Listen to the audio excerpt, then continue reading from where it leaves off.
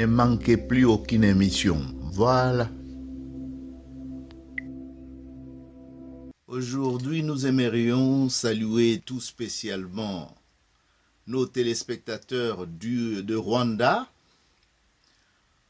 qui nous sont, depuis qu'ils sont branchés sur notre chaîne Top Chronique TV, ils nous sont, je dis, très fidèles et c'est la joie de notre côté et nous les encourageons à continuer à travailler avec nous, sauf bien sûr s'il s'agit des sbires du maître de Kigali, qui a beaucoup de ressemblances avec les sujets que nous allons traiter aujourd'hui et beaucoup pourront comprendre pourquoi. Sans tarder, j'annonce donc les couleurs du sujet d'aujourd'hui. C'est le razzia au Congo de Ngongo Lutete et de Léopold II. C'est tout simple pour comprendre la portée de ces sujets, puisque tous deux ont semé la terreur. Congo Lutete à sa hauteur, et même avec la bénédiction, dans ces derniers instants, la bénédiction de ses maîtres, qui étaient des maîtres blancs du Sangourou. Beaucoup d'entre vous peuvent peut-être se rappeler les noms d'Ani, Francis Dani ou baron Francis Dani, et tous les autres qui ont demandé la collaboration de Ngongo Lutete sans pour autant avoir le temps de les contrôler. C'est-à-dire quand un contrôle n'est pas rigoureux, bien sûr le monsieur qui avait déjà pris goût au razzia et aux tueries et à la chair humaine ne pouvait pas s'arrêter comme si on avait appuyé un bouton magique pour qu'il puisse se convertir du coup. Bon, j'ai parlé de Ngongo Lutete et j'ai parlé de Léopold II. Pour que vous puissiez comprendre le sujet, je vous dirai qu'ils ont tous deux un point commun. Leur point commun, c'est la chair humaine boucanée. La chair humaine boucanée. Ngongo Lutete, qui précédait Léopold II, en savait déjà quelque chose. Et Léopold II, qui a repris le règne, est passé aussi par là, avec ses bandes bien sûr. Même si lui-même ne s'est jamais rendu au Congo, mais il était informé de tout, c'est-à-dire qu'il savait les mains qu'on était en train de boucaner au Congo. Mais je vous dirai, d'abord, en parlant de Léopold II, que nous vous donnons l'occasion de suivre ces documents filmés ou ce montage pour que vous puissiez vous-même d'abord obtenir ces informations qui vous permettront bien sûr de faire le parallélisme avec Ngongo Lutete que j'ai cité tout à l'heure. Et cela vous permettra d'avoir une idée du sujet que j'ai choisi, le razzia au Congo, de Ngongo et puis de Léopold II. Et tous deux ont un point commun, je dis chair humaine ou la viande humaine boucanée. Pour forcer les Congolais à travailler, l'armée de Léopold II, la force publique, attaque des villages. Ceux qui refusent de collecter le latex et ceux qui ne livrent pas les quantités de caoutchouc toujours plus importantes exigées par le roi des Belges. S'ensuivent pillages, prise d'otages, coups de fouet, viols, meurtres et massacres de masse. Les gardes africains de la force publique qui commettent ces crimes vont jusqu'à couper les mains, mais aussi les pieds de leurs victimes.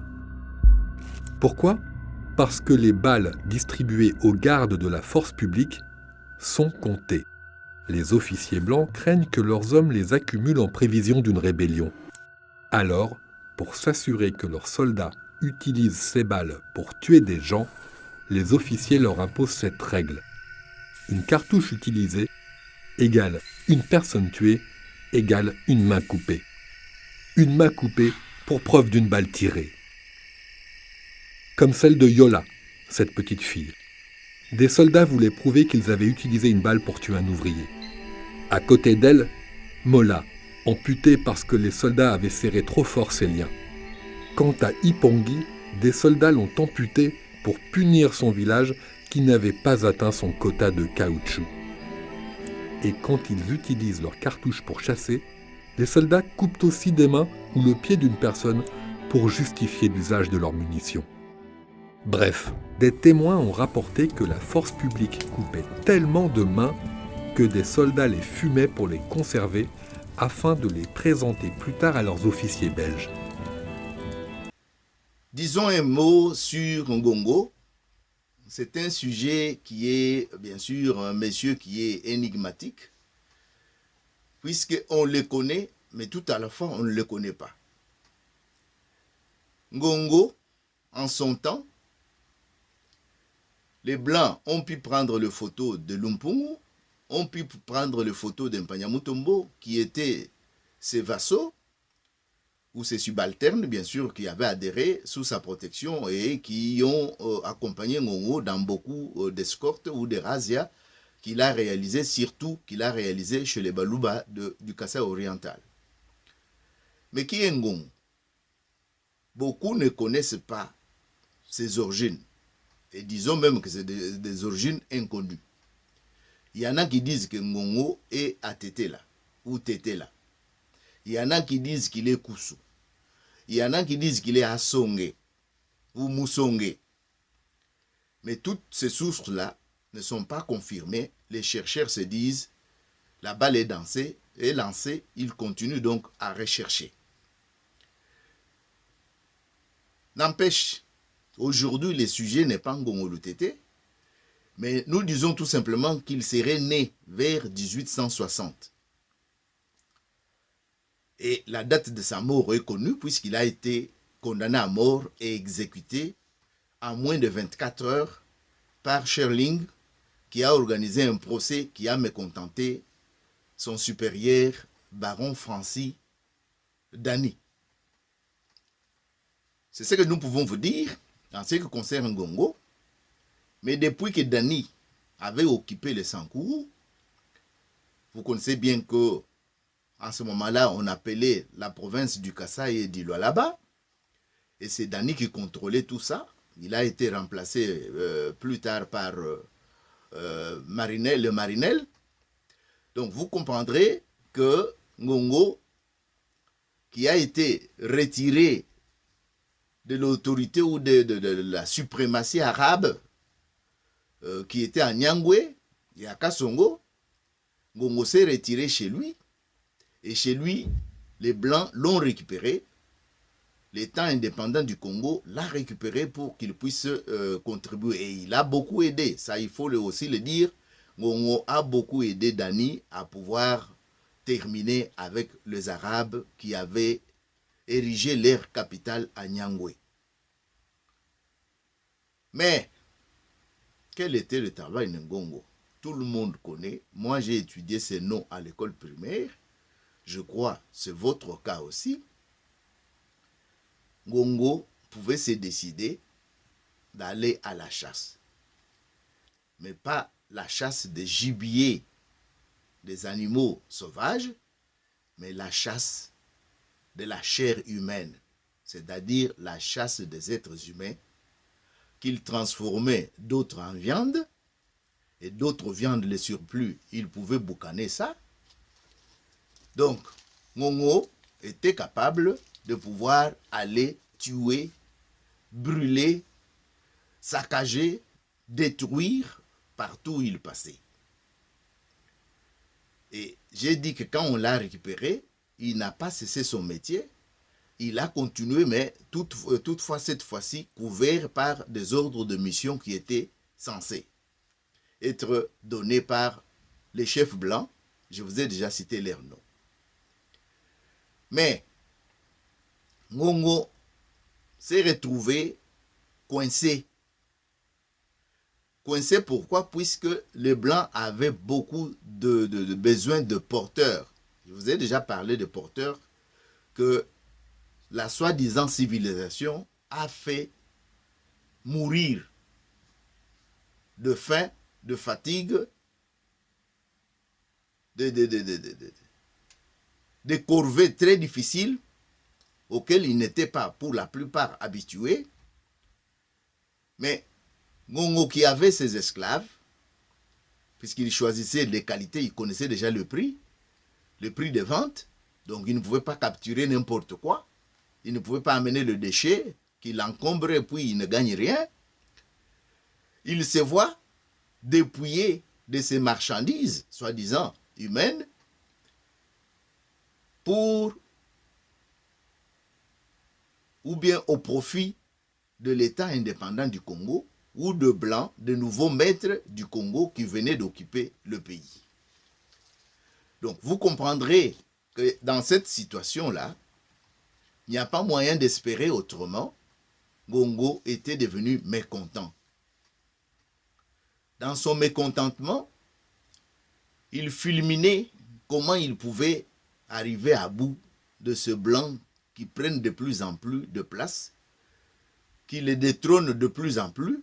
J'ai dit qu'il s'est senti coincé. Il fulminait déjà le plan pour pouvoir chasser le Blanc du Kasaï, si pas du Sankourou, mais du Kasaï tout entier. Et ce plan, au moment où il voulait exécuter ça, il a été trahi par ceux qui étaient aussi ses ennemis, qui les redoutaient aussi, et c'est comme ça qu'il a été pendu. Donc j'ai dit que aujourd'hui, le sujet n'est pas Ngongo Lutete. Si vous êtes intéressé, nous pouvons peut-être y revenir, puisque les éléments que je possède peuvent permettre, bien sûr, de donner quelques éléments en attendant que les chercheurs puissent nous donner ce qu'ils pensent.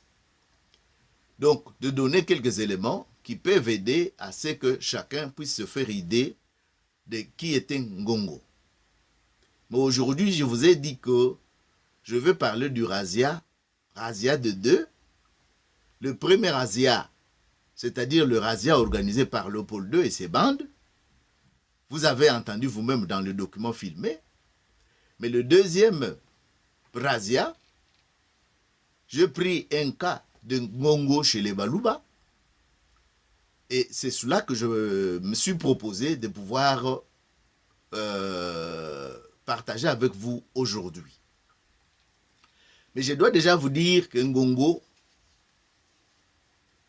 tout en ayant fait son travail au niveau du Kasaï oriental, c'est-à-dire en complicité avec quelques chefs que je pourrais citer, Tchenda, Kalala Kafumba et tant d'autres, en complicité avec tous ces gens-là, et la veuve de Chinyama, qu'on avait tuée, de Kanyoka, et en complicité avec tous ces gens-là, Ngongo s'est permis de faire un véritable razzia dans le Kasaï oriental. Combien de Baluba sont morts? Combien de femmes Baluba ont été pris comme femmes? Par exemple, si vous regardez la photo de Lumpung ou de Mpanyamutombo entourés de leurs femmes, vous allez comprendre la portée. Toutes ces femmes sont des femmes qu'ils ont pris lors de razzia et puisque la facilité était là, ils ont constitué facilement, ils se sont servis, ils ont constitué carrément leur harem. Et n'étant pas content des Blancs, je vous ai dit qu'il fulminait un plan, il est venu se placer à la frontière, à la limite, je ne parlerai pas de frontière, à la limite avec le Kasaï occidental. Et vous savez que le Kasaï occidental est habité par le Benalulua. Et c'est lui qui était homme fort, potentat aussi de Benalulua, vous savez bien, il a été nommé Kalamba, et en ce moment-là, c'était Mukenga Tunsele. Lui avait déjà fait 2 voyages à Nyangwe. Il connaissait bien les Arabes. Je crois que la situation qu'il a vécue sur place là-bas, il s'est dit, avec tous les armes qu'on a déjà en notre possession, chez les Benalouloua, je ne permettrai pas aux Arabes de venir mettre le pied chez moi. Je leur livrerai une guerre certaine. Voilà des chefs qui pouvaient être déterminés. Par rapport à ceux qui nous disent que les Tutsis rwandais extrémistes sont nos frères, nous allons vivre ensemble, et pourtant ils sont là pour pouvoir tout simplement tuer les Congolais et venir récupérer leurs terres. Puisque les intentions sont de plus en plus prouvées par des documents écrits. Ce n'est pas nous qui inventons l'histoire. Mais voilà, Mogen Kalamba a déjà dit ça et Ngongolo Tété était au courant de cette déclaration ou de cette détermination. En venant se placer à la limite de 2 provinces, en ce moment-là, je pourrais parler de 2 territoires, Congo étant conscient qu'il ne pourra jamais mettre le pied dans le domaine de Benalouloua impunément, il a choisi d'être prudent. Il a choisi d'être prudent et il est passé par les intermédiaires et parmi les intermédiaires, un autre potentat qui a eu aussi son pouvoir par un commerce sordide, puisqu'on pourra peut-être rentrer dans les détails, puisque Ngongo l'a sollicité puisqu'il savait qu'avec lui, il pouvait facilement négocier. Et c'est prouvé par le texte puisqu'il s'est approvisionné des esclaves à bas prix au marché que Ngongo va constituer. Mais je vous ai dit que Léopold II et Ngongolo Tété ont un point commun dans leur razzia. C'est la chair humaine boucanée. Je préfère, à ce niveau ici, vous lire à peu près ce qu'on rapporte ici. Et je vous dis déjà tout de suite que ce qui est écrit ici, ce sont les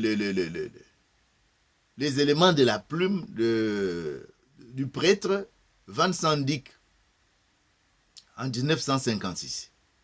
Il a pu collecter les éléments et parfois avec des détails chez les vieillards qui avaient participé bien sûr à la situation ou qui avaient accompagné ou qui étaient témoins vivants des catastrophes ou de razzias qui étaient menées dans leur territoire du Kassai oriental bien sûr. Je vous lis cet extrait. Ayant trop d'esclaves, les vieux disent, ça c'est Van Sandyck, les vieux disent qu'il en avait des centaines et des centaines. Donc, ayant trop d'esclaves, pour les amener tous jusqu'à Lomami, chez lui où il était établi, Ngongo donc, Ngongo résolut de faire sur place un marché d'esclaves. Fwamba convoqua ces gens et leur fit part de cette bonne aubaine. Je vous ai parlé de Kasonga Fwamba ou bien Kasonga Luaba. Kasonga Luaba. Et on dit que Luaba, c'est puisqu'il avait beaucoup d'argent, mais vous pouvez comprendre à ce niveau ici d'où provenait cet argent. C'est soit les esclaves ou la vente de pointe d'ivoire, ou la vente de peau de léopard et la vente de plumes rouges de perroquet. Ce sont là les marchandises qui étaient trop recherchées dans le marché lusophone, donc du côté des Portugais au niveau de l'Angola. Et les Portugais avaient leurs intermédiaires qui entraient bien sûr à l'intérieur de terre, c'était les Bachoko. Chokwe pour certains, Bachoko c'est au Kassai. Je vous ai déjà parlé de Kyokos ou Kyoko, selon les écrits des Blancs. Alors, c'est comme ça que les Benaluluwa ont pu avoir leurs armes, leurs munitions, leurs poudres à canon et tous les instruments dont ils avaient besoin ou d'autres articles de luxe qu'ils pouvaient se procurer à partir des intermédiaires Tchoko et échanger cela avec des marchandises que je viens de vous présenter tout à l'heure. Alors vous avez compris, Ngongo résolut de faire sur place un marché d'esclaves. Fwamba convoqua ces gens, parce qu'ils n'étaient pas seuls, parce qu'il n'y avait pas de véhicule en ce moment-là blindé pour qu'ils puissent se promener seuls et être hors du danger. Même aujourd'hui, quand il y a des véhicules blindés, mais il faut être vraiment blindé pour que rien ne puisse vous arriver. Et il convoqua ces gens et leur fit part de cette bonne aubaine. Aux gens de Fwamba se mêlèrent de Luba de Bakwadisho ou Bakwadishi, il y en a qui écrivent Bakwadisho, et de Kalonjo Kampuka. Donc, aux gens de Fwamba, les gens que Fwamba a alertés ou a informés pour qu'ils aillent au marché installé par Ngongolutete à la limite de la rivière Lubi, puisque de l'autre côté c'était Fwamba et de ce côté de la Lubi c'était les Baluba de Mujima ou du Kassai oriental. Et il a installé son marché là. Alors, aux gens de Fwamba qui sont venus pour faire les bonnes affaires, c'est Belair, donc le Luba de Bakwadisho, de Kalonji Kampuka, de Bakete, donc vous comprenez, les Kete aussi, se sont mêlés à cela pour faire les affaires, et quelques Tchoko ou Tchokwe, c'est selon, si vous êtes au Kassai, c'est Bachoko ou Tchoko, si vous êtes dans la République, c'est Tchokwe, c'est l'appellation, vous pouvez retenir l'un ou l'autre, mais ce sont les mêmes personnes. Tous s'en allèrent allègrement avec tout ce qu'ils possédaient comme articles d'échange. Et suivez bien, les articles d'échange, on parle de fusils, de poudre, capsules, étoffes, etc. Parce qu'on pouvait même venir leur vendre la queue de cheval ici, que les chefs impressionnaient les gens avec. Vous comprenez, c'est tout ça qui était bien sûr alors. C'est pourquoi l'auteur met etc. Donc, les articles d'échange, fusils, poudre, capsules, étoffes, etc. Tous désiraient de se procurer des esclaves nombreux et à bon marché. Des esclaves nombreux et à bon marché. Et il y en avait qui les attendaient. Ngongo ou Ngongo, c'est comme vous voulez, qui était campé sur le terre de Benachimungu, s'entendit avec leur chef Chikunga, Chibuya, donc avec leur chef Chikunga, Chibuya, pour choisir une vaste plaine où l'on pourrait faire le marché. Au jour fixé, Ngongo Leteta, Lumpungu, qui était de la partie, puisqu'il semble que Lumpungu c'est son fils, et Mpanyamutombo mirent en vente leurs esclaves exposés en rangée. Ce marché dura plusieurs jours consécutifs et les esclaves s'y vendirent à de prix dérisoires.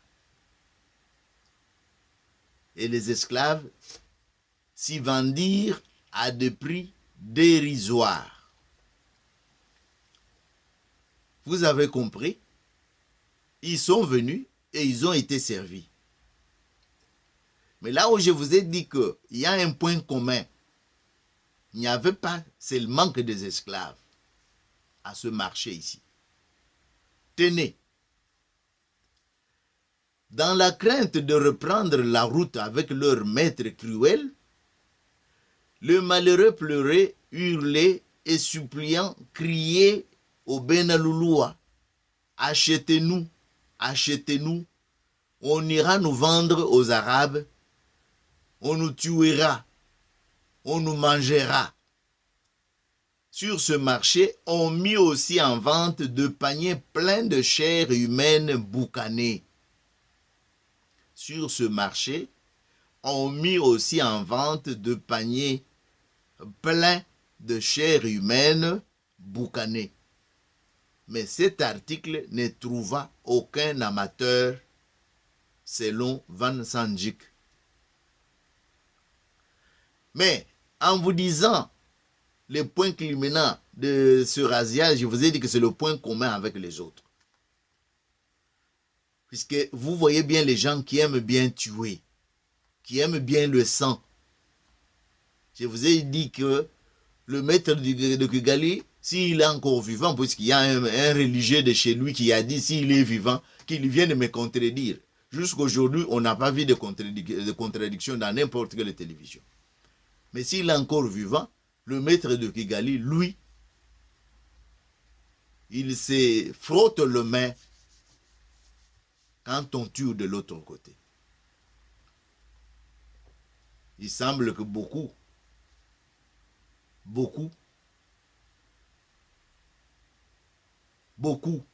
qui sont potentats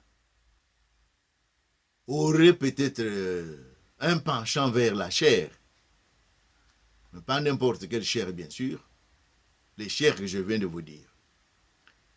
Et quand je parle de chair ici, il y a des littératures qui expliquent que le nom Ngongo, c'est un nom d'emprunt d'un autre potentat que Ngongo Lutete a eu à vaincre, bien sûr, à la guerre, et lui a imposé, intimé l'ordre de ne plus utiliser ces noms-là. Et c'est lui, Ngongo, qui était appelé dans son enfance Mwanza Kasonga, et Ngongo a repris ces noms-là.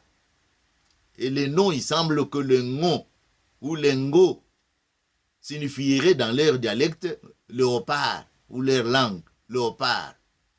Et quand on ajoute un deuxième Ngo, c'est-à-dire grand léopard. Et vous savez bien qu'il y avait un autre grand léopard, bien sûr, dans le même Congo ici. Il semble que c'était lui qui livrait à Bokassa, l'empereur, les chairs humaines qu'ils aimaient bien sûr aller partager. On ne sait pas si c'était seulement eux ou les autres occidentaux. Beaucoup peuvent comprendre à qui je fais allusion. Et on retrouve le grand léopard ou les Ngongo, on peut tous les appeler comme ça, puisque c'est la signification qu'on a donnée.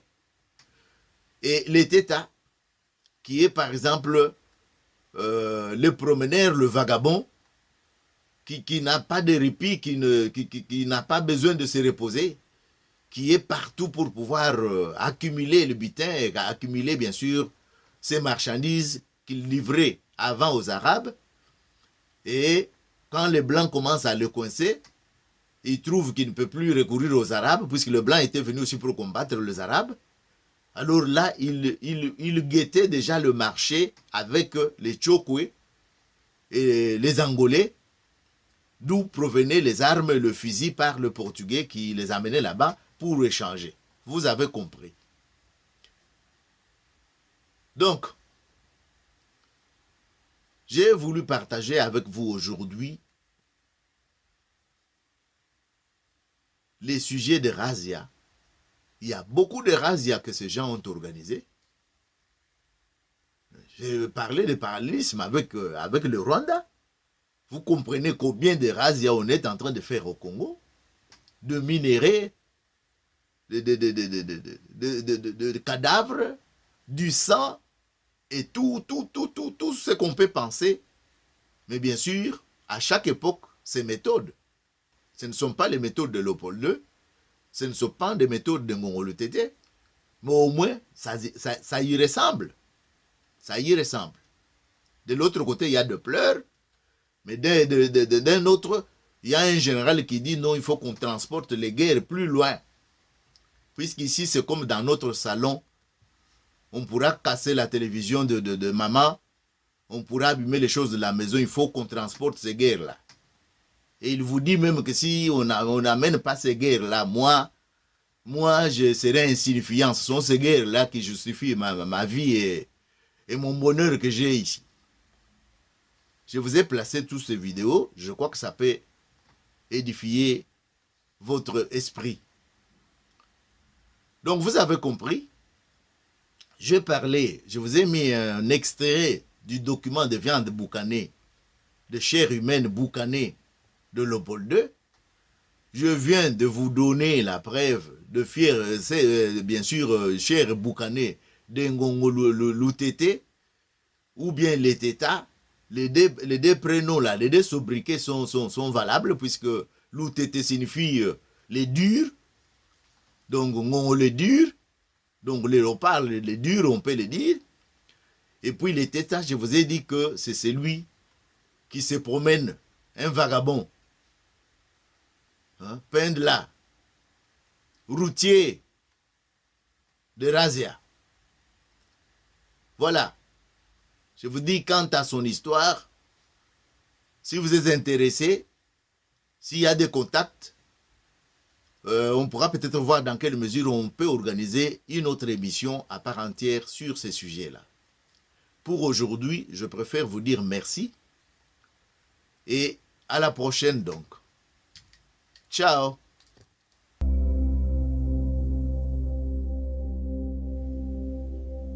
Ne manquez plus aucune émission. Voilà.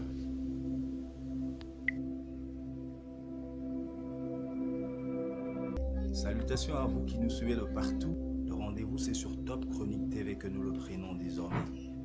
Top Chronique TV, votre chaîne YouTube préférée, avec votre humble serviteur, Doudou Tchondo.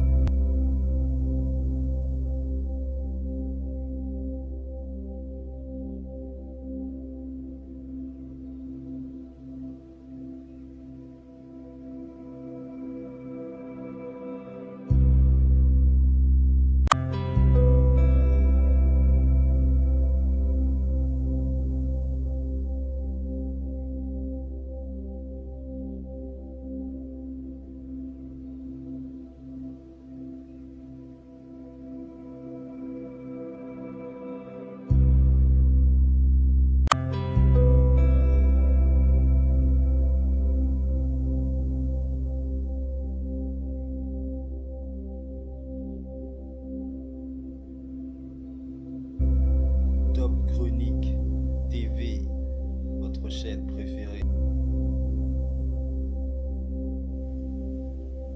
Ne manquez plus aucune émission. Voilà.